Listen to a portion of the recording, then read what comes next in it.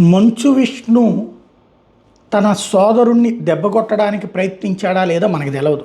But అతనికి పైసా లేకుండా చేశాడన్నటువంటి ప్రచారం ఇదంతా నడుస్తుంది. కానీ ఒక్క విషయంలో మాత్రం విష్ణుని అభినందించాలి.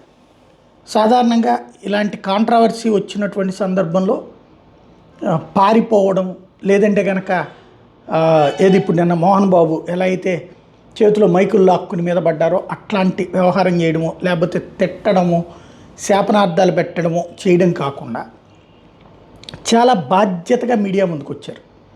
నిన్న నేను ప్రస్తావించాను, మోహన్ బాబు నమస్కారం పెట్టి, అయ్యా ఇది నా వ్యక్తిగత గొడవ, మేము చూసుకుంటాం, దయచేసి వదిలేయండి అని చెప్తే సంస్కారయుతంగా ఉండేది, ఈ గొడవ అంతా ఉండేది కాదు. ఆ బాధ్యత ఇవాళ ప్రెస్ కాన్ఫరెన్స్ పెట్టి మరీ విష్ణు చేశారు. అలాగే ప్రెస్ కాన్ఫరెన్స్ అంటే ఉపన్యాసం ఇచ్చి వెళ్ళిపోవడం కాకుండా చక్కగా కూర్చుని విలేకరులందరూ అడిగిన ప్రశ్నలకి సమాధానం చెప్పాడు. అందులో తన తండ్రి పట్ల విధేయత ప్రదర్శించాడు. ఆయన ఎలాగివ్వాలి, ఎవరికి ఇవ్వాలి, ఏమి ఇవ్వాలి అనేది నేను కాదు కదా నిర్ణయించేది, అది ఆయన హక్కు కదా. అలాగే మనోజ్ మీడియా కోసం ఇదంతా చేస్తున్నాడన్నటువంటి ఫీలింగ్ని రప్పించడానికే మాట్లాడా, లేకపోతే నేనైతే ఎప్పుడు మీడియా ముందుకు వచ్చి ప్రెస్ కాన్ఫరెన్సులు పెట్టి అటెన్షన్ డైవర్షన్ కోరలేదు. ఈవెన్ నా సినిమా ప్రమోషన్స్ అప్పుడైనా అదే విధంగా ఉంటుంది. ఒక్క మా ఎలక్షన్స్ అప్పుడు మాత్రమే నేను వచ్చాను, మిగతా టైంలో ఎప్పుడు ఇట్లా కాంట్రవర్సీస్కి నేను క్రియేట్ చేసే రకం కాదు, అది మీకు తెలుసు.